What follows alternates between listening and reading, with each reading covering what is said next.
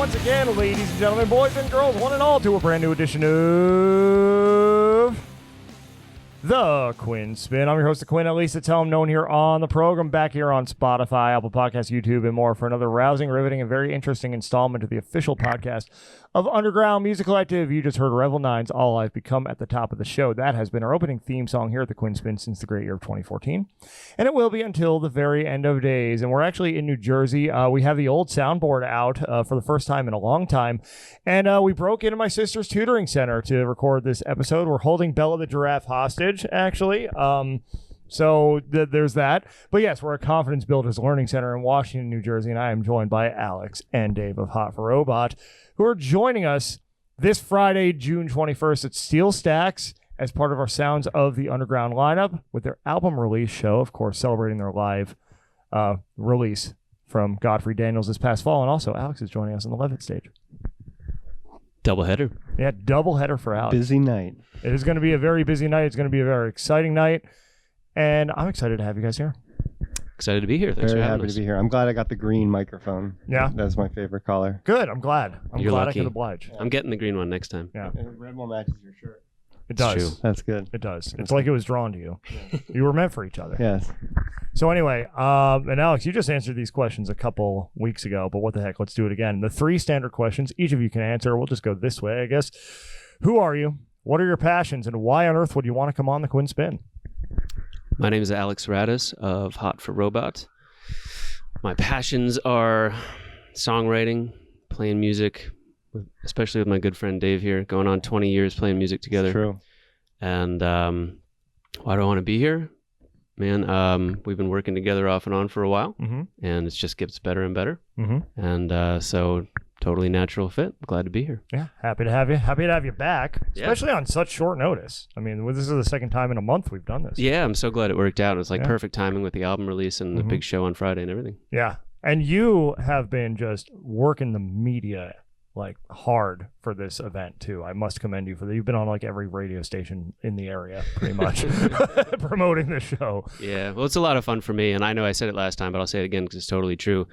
When, you know, you give me a platform of like such a cool show to tell people, hey, this is what I'm doing in a couple weeks. Do you want to like do some media around it? People are just like, yeah, that sounds amazing. So kudos to you guys too. Yeah.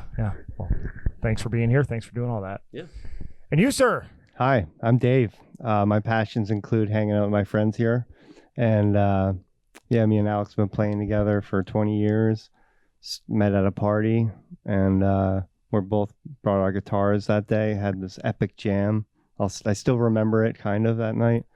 But yeah, and I wouldn't want to be anywhere else tonight. So, well, thanks for being here. Happy to be here. Thanks for being here. And really just, I mean, we've been building so much to Friday over the past month on the show. You know, we've gotten a chance, of course, to talk to several of the artists on Levitt, yourself included, but there's a second portion to the evening that we haven't had a chance to touch on all that much until right now. And it's over on the Town Square stage, right across First Street, right in front of the Arts Quest Center at SteelStacks. From 9 to 11, there's a rock showcase, The Beautiful Distortion, who have been with us before, of course, starting off at 9, and then Hot4Robot closing things out. So different element to bring to the audience, you know, many of whom just a couple hours prior will have seen you play over on the Levitt. So how exciting is that to be able to give this audience who just enjoyed this writer's round a full rock show? Yeah, it's perfect. And I've honestly been wanting to do it for years, and this is the first time it's come together like this. So it's super exciting. You know, there's in Bethlehem, there's a folk club right next to a rock club. And I always thought maybe I'll do like my folky singer-songwriter stuff and then immediately go next door and do like the Hot4Robot stuff. But it ended up working out here first, which is awesome. You'll be able to tell the difference because of the amount of scarves that you'll have at the Hot4Robot show. Yeah, more scarves, especially tied to my mic stand. Yeah. No, but it's cool. I mean, I really do need to have at least 2 bands for like all the different genres that I like to write in, because that's just genre is like another tool to play with songwriting for me. So it's really going to be cool to have the opportunity to show people like, you know, this is one side of me. Stick around. You'll, you know, let me get a little costume change in, and then we're going to like, you know, we're going to go in a totally different direction. It'll be cool. Mm-hmm.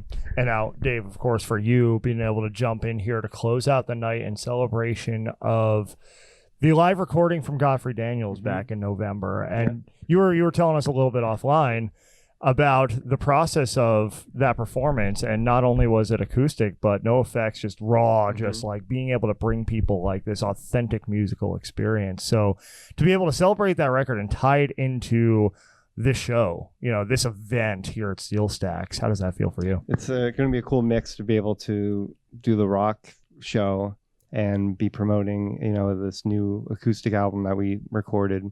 Because that was a pretty difficult task to do, and not only that, but doing it right in one take live.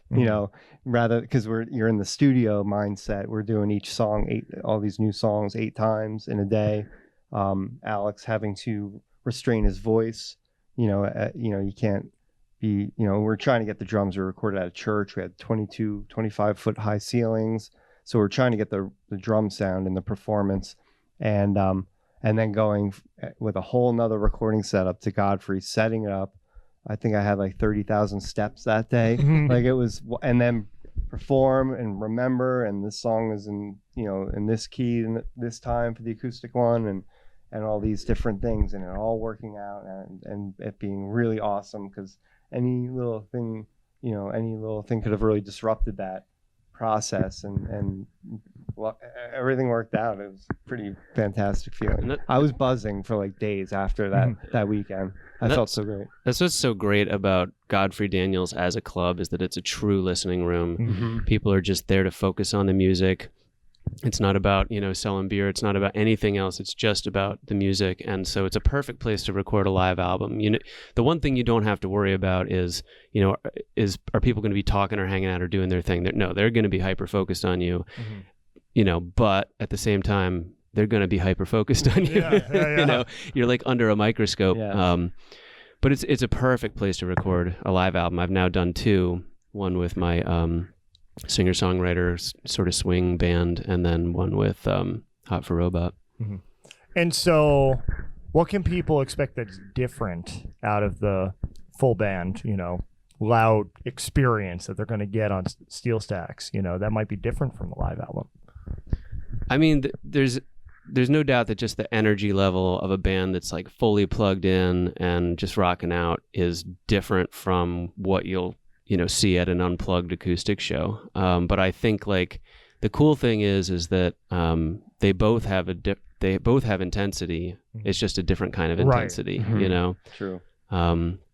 Obviously the fully plugged show is just really high energy, but when you strip it down, it can become intense in this very sort of like intimate kind of vulnerable way. The songs are stripped down.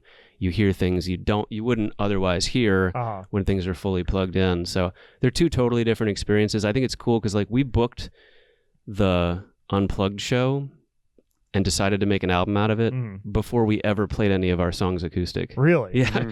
We were just like fully committed to it. We're like, oh yeah, we'll just play it acoustic. Yeah. And not realizing how different, especially for me with, using effects and all these different things, and then being like, wait. And then, and no one told us that we couldn't just have my pedal board there with the acoustic and plug it in. It was kind of like put that restriction on ourselves, to kind of make it more interesting. And I was like, oh man, why did I do that? It's so much easier to hide behind some delay thing going off or whatever. So but yeah, it was pretty intense. Yeah. And it really let you guys shine as players, because I had a chance to be there that night. It was right after our last event at SteelStacks, Nashville meets Bethlehem, the Godfrey's event. And like, you got to hear how, each of you guys as individual players, shine, but at the same time, how that all comes together and how these different influences come to the table and create something special. And I think like in an acoustic setting like that, like there's a certain tension like in the pauses and in the quieter moments that you don't get from like that full plugged in experience. And so, those who were at Godfrey Daniels got to hear that, and now they get to hear a tension of a different kind. And of course, after the Beautiful Distortion, who always bring the energy, always bring the fire, like even they performed with us on Nashville Meets Bethlehem. They performed acoustic, and their songs translate really well acoustic, but yet are so different from the full band versions, you know, just in their presentation and just in the ways that they're able to bring certain dynamics across. And so like now it's kind of this full circle moment for us. You know, we had them in the last one, you know, and now they're going to be here in full force, you know, on the town square right before you guys. And then of course you guys celebrating, you know, the quieter moments, the more tender, intimate, vulnerable performance with, you know, this full-fledged plugged in experience. Yeah. And, you know, certainly one of the inspirations for it was, you know, I'm an unabashed Nirvana fan, and I love their plugged in stuff, and I love their unplugged stuff. And I was like, I would love to see what Hot4Robot could do in that unplugged format. And it turned out that, you know, I think better than we expected. Oh, yeah. That like the acoustic versions of the songs really translated well, you know, different elements, different colors came out of them. Some we just totally reimagined. And now we're almost like the new version's better. The new version, yeah. You played piano on a song. Yeah, it was the first time I ever played piano in public. Incredible Shruti Box performance. The Shruti Box. The Shruti Box was in full effect that night. Yeah, it was pretty cool. Yeah, I mean, one of the things, and just to go back to what Dave was saying before, one of the things I think is really important in art is having boundaries, and having, you know, figuring out how to work with what you've got in the room with you at the moment. And like, you don't necessarily get to go and find all the perfect plugins to make it sound exactly like you're dreaming. You use what you have in the room to do the best with it, what you can. And that to me is like a big part of the art. And that's, I think, exactly what Dave is talking about like the personal challenge of, I'm not going to use pedals, but I'm going to figure out a way to make it just as intense and just as interesting, which you totally did on the album. Thank you. Yeah, it's like having a guitar that has 4 broken strings on it, and you'll write something with those, you know, whatever strings are left over, that you never would have came up with if you had all the strings on your guitar. Yeah. So sometimes those certain restrictions were different tuning, and you don't know, I don't know, this chord doesn't mean anything. Well, you end up writing something that you never would have written otherwise because of, you know, you have a flow going. You're not overthinking. You're not, yeah, you know. Creating art in the moment, just like we're doing right here. Yes. Like I realized that I didn't have mic stands when I got here, and I realized that I didn't have a camera tripod, but then the camera wasn't going to record long enough, so I had to use my phone anyway, which I have a tripod for. Yeah, and we have a giraffe. Yeah. Hey. Thanks for having me. So Dave and I, like, really, when we met, we really bonded on like a shared love of Django Reinhardt, the great gypsy jazz guitar player. And that's exactly what we're talking about, because, you know, he burned his hand. He had like really only kind of 2 fingers to work with. And because of that limitation, he found a totally new way to play the guitar that changed guitar playing ever since, and has, you know, created a new genre of music that thousands of people have been, you know, trying to play like him for decades, and nobody can. And as a matter of fact, you wrote a song about that. Yeah, you can't play. Yeah, I mean, I have a perfectly, you know, Band fine. of Gypsies is named after him. You know what I mean? Like Jimi Hendrix thought he was the best. You know, like, and it was almost like it was having that that challenge, that limitation. That was like, all right, I'm going to create a totally new style of playing and still be the best. Well, when we've been recording a new studio album, and there's this one song I've been doing this guitar lead for, and just trying to make it really cool and kind of phrasing it. And I'm on like take 37, and it's like I'm almost getting it. And then I cut my wrist really bad on some glass back in March. Had to go to the hospital. It severed my tendon. They said I might never play guitar again. And it was like real scary. And then it was fine. And I had the cast on it. And I'm like, I'm going to be fine. I need to practice, right? And then I do a take 38 on the solo and get all the way through. I'm like, wait. And then I couldn't really play, but then it slowed me down, and it did something where then I got it finally. After not being able, you know, having a normal hand, doing all these takes, something wasn't right. And as soon as I had the cast on, I could barely, something worked, and I just killed, you know, got to take 40. I was like, this is it. This is the one. You know, it was so that limitation, like something kind of did something, and it kind of slowed me down or made me kind of play differently, where I was like stumbling over something that I wasn't seeing before. So you gotta make it work. It's cool. You know. And so you guys are working on new music right now. So how are you pushing boundaries, and how are you challenging yourselves on the new stuff?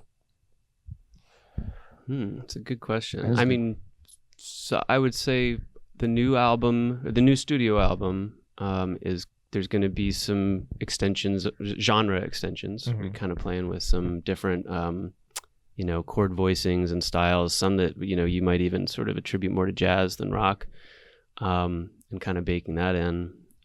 I keep telling myself, you always want to make the second, I think our first album is really awesome. Mm-hmm. So I'm like, it's got to be better. Yeah. And it's got to be not just as good, but it's got to be better. And if you have this really awesome album, and I can't think of anything off the top of my head, but I know there's been bands that have that second album and either is like the best thing ever or it kind of sucks compared to their first album or their third album even. Right. So, having that, kind of telling myself, that this has just got to be way better, and kind of setting that bar, whatever that means, and it's been a lot of fun looking at it that way, because at first I'm like, how the heck are we going to make this as good as the last one, and then start building it and it's like, oh my God, this is really good. Yeah, I think there's in some ways it's more experimental. I think we're allowing ourselves to get weirder.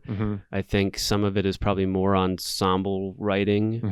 Some of it was more written during band rehearsal as opposed to, one of us, writing it at home by ourselves.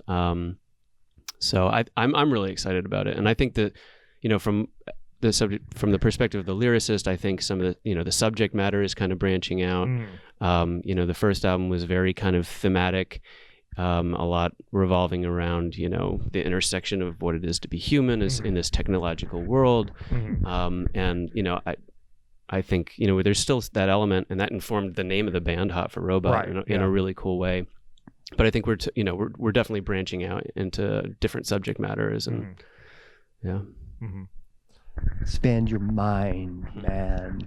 So that also brings up an interesting topic as far as that intersection between what it means to be human, what it means, and AI, robots, like technology, in the context of art and how AI technology is shaping art. So I wasn't planning on asking this question, but I'm curious to know your take on how AI technology is shaping the industry in which we operate.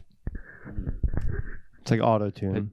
It's just like auto-tune. It's going to be overused and abused and everywhere, and then it's going to be just overdone, and then it's going to make the people that don't use it shine more, and it's going to kind of have so much where it's so flooded, where it's going to be hard to kind of tell, impossible to tell really, because now you just type in new Hot4Robot album, some jazz stuff, make it better first album, and it's like, here's 8 songs, done. You know what I mean? You can just do that now. Yeah. And it's like, I think it'll just be kind of overused to the point where people that are not using it it's going to be more obvious, Yeah, I think we're probably like a generation removed from the people who don't care at all that it was made by a human. I think most people still do. Yeah. I think most people, even just intrinsically, whether it's objectively true or not, just believe that there's something valuable to the fact that a human created it instead of a robot. Will that be the case in 50, 60 years? I don't know. People might be so used to it by then that they don't really care, Right. And the quality might be there. I don't do a lot of sync licensing, but where I get concerned just for the industry, because that's one of the few places people make some decent coin these days. Right. Sync, yeah. And if I'm a production studio and I have the option of licensing from a real human versus, I just want something that kind of sounds like this for like a sad scene that's outdoors that and there's rain. Yeah. And then like if a computer can just generate that, and the writer, director, producer is like, okay, good enough. For free, yeah. They never have to. And they don't have to go out on the market and find that. Right. So that's where I feel like you might see it really impact people. Yeah. I think people still want to come to live shows, and I think they always will. And I think, at least I really hope, that they're gonna want to see the people who wrote those songs playing them. It's like old cars. Like there'll always be old cars. That'll always be a thing because people like to tinker with them and get in there and work on them. Oh yeah, and there's a certain vintage vinyl. feel. Yeah. Always. Yeah. Yeah. There's just a connection you have, like with whatever the bands that I'm a fan of. There's this certain connection I have to them because they're people. Mhm. I don't know that I could ever really have that same connection to Right. just a algorithm robot. Yeah. You know? Yeah. It's interesting you say Maybe I that. could. You We should will. try. Don't worry. We should try. Just wait a little bit longer. Yet. Did you see her? I will be Hot4Robot after all. Yeah, hot for sex bot. It's interesting though that you say that too, because it reminds. So I'm a big Our Lady Peace guy, as you may know. If you listen to the show, you definitely know that because I can't shut up about it. But they have 2 concept albums on this: Spiritual Machines 1 from 2000 and Spiritual Machines 2 from 2022. The latter one looks more optimistically on all of this, but the earlier one was like, Rain was kind of writing from kind of like this cynical place, you know, in response to Ray Kurzweil's predictions in The Age of Spiritual Machines.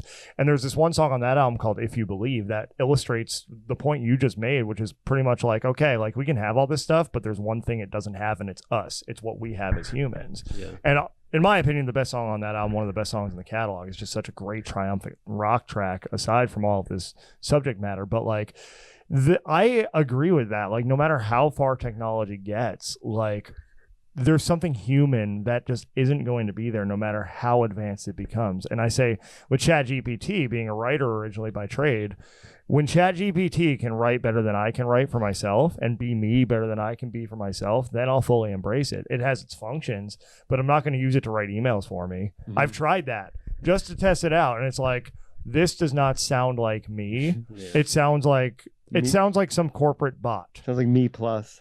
Yeah. Like, it sounds like, I remember I was trying to write like a sponsor pitch email, and like the first one it wrote me was really formal. And I'm like, okay, can you like make this a little less formal? And it was the corniest. I would never oh, if you want a rockin' good partner, like, get out of here. Like, I'll do this myself. Thank you very much. Like, because like only you can speak for you. My friend used it to write his wedding vows. It was hilarious. It was so funny.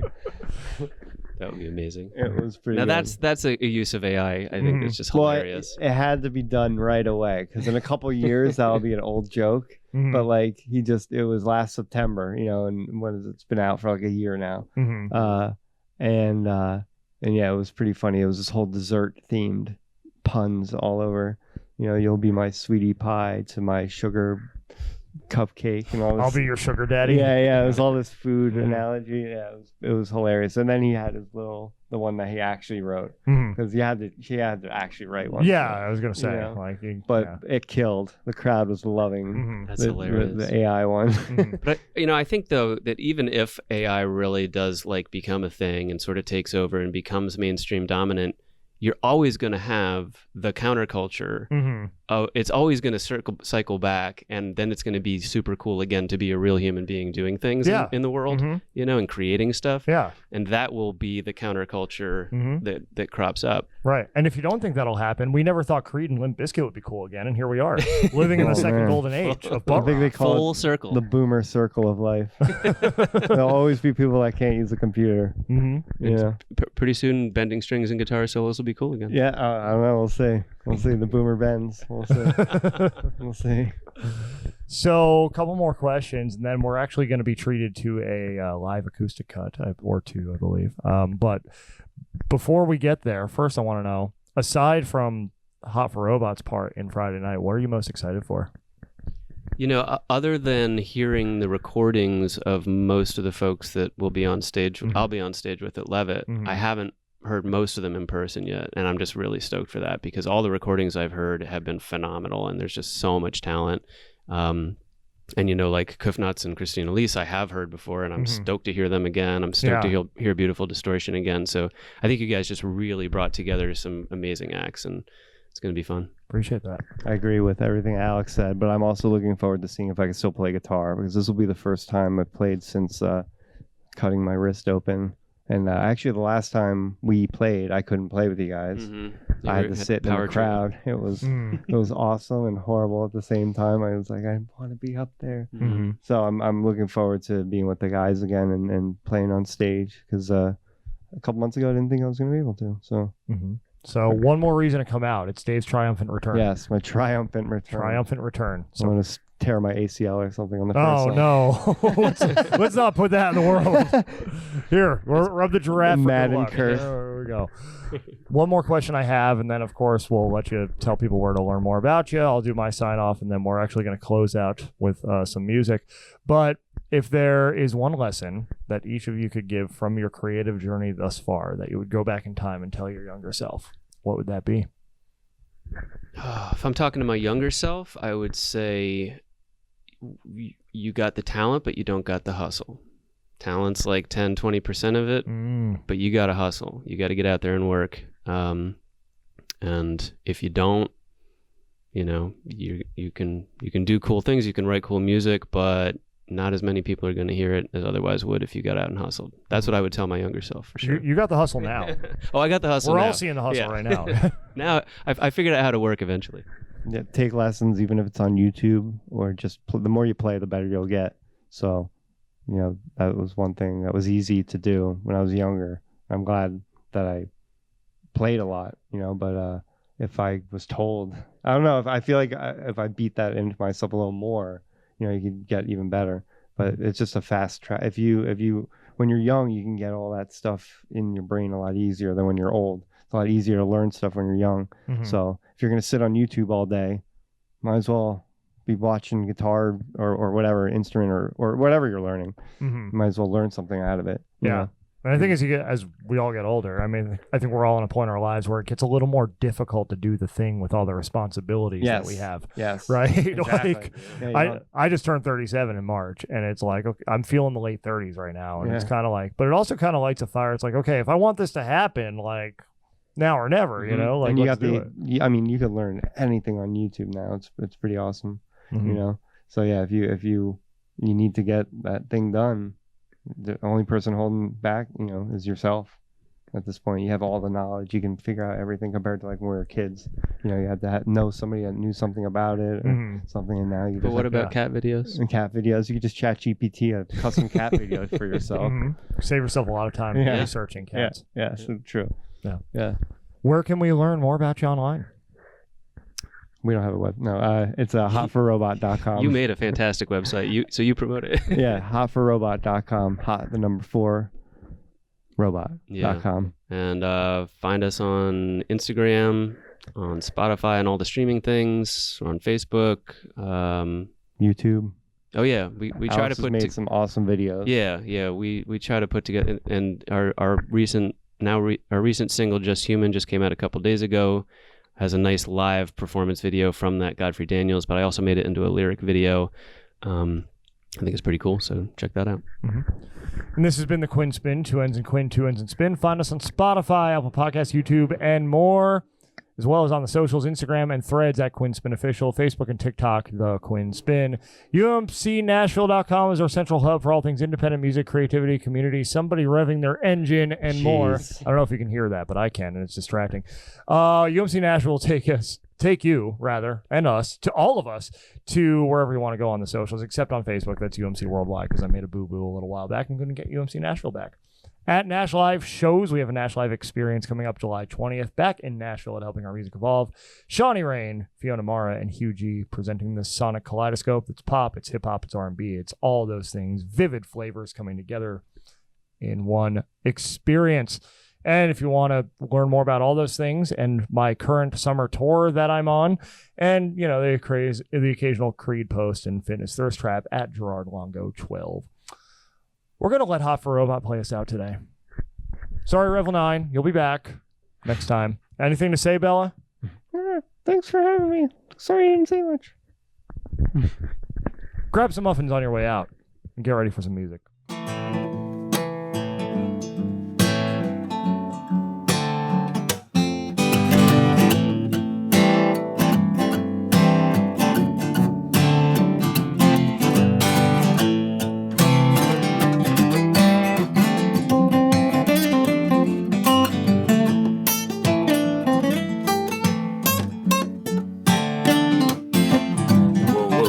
Should had a great time, made a real good impression on the people that could get you somewhere. Nice face, gray hair, people just stare, stare and stare, 'cause you're precious.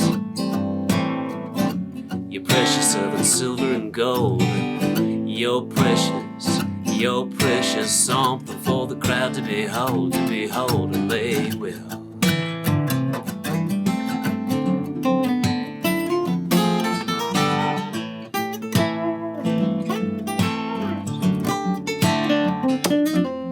I got lucky, I had a pencil, got to sketch all the lines in your face all the time. Had a vision, made a million. People stare, stare and stare, 'cause you're precious. You're preciouser than silver and gold. You're precious, something for the crowd to behold. You're precious, you're precious, you're preciouser than silver and gold. You're precious, something for the crowd to behold. Can't remember if I ever loved you.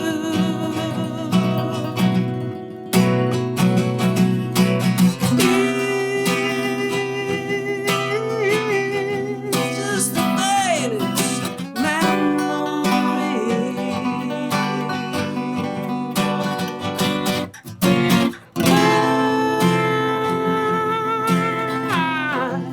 When the thunderstorms shake my bed,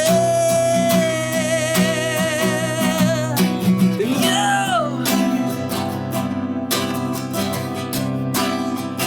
you get into my head. I remember, oh, I do.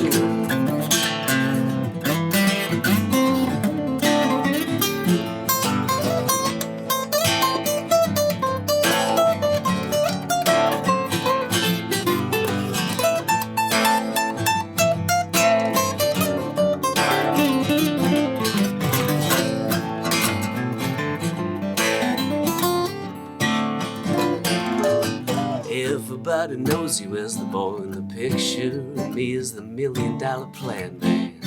Turn a beautiful accent into a beautiful act. Come up with a really brilliant explanation after the fact. You're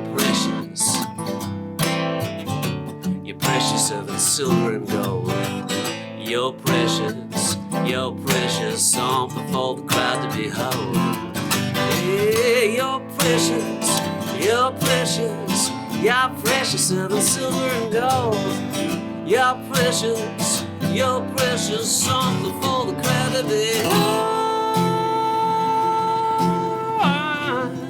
Can't remember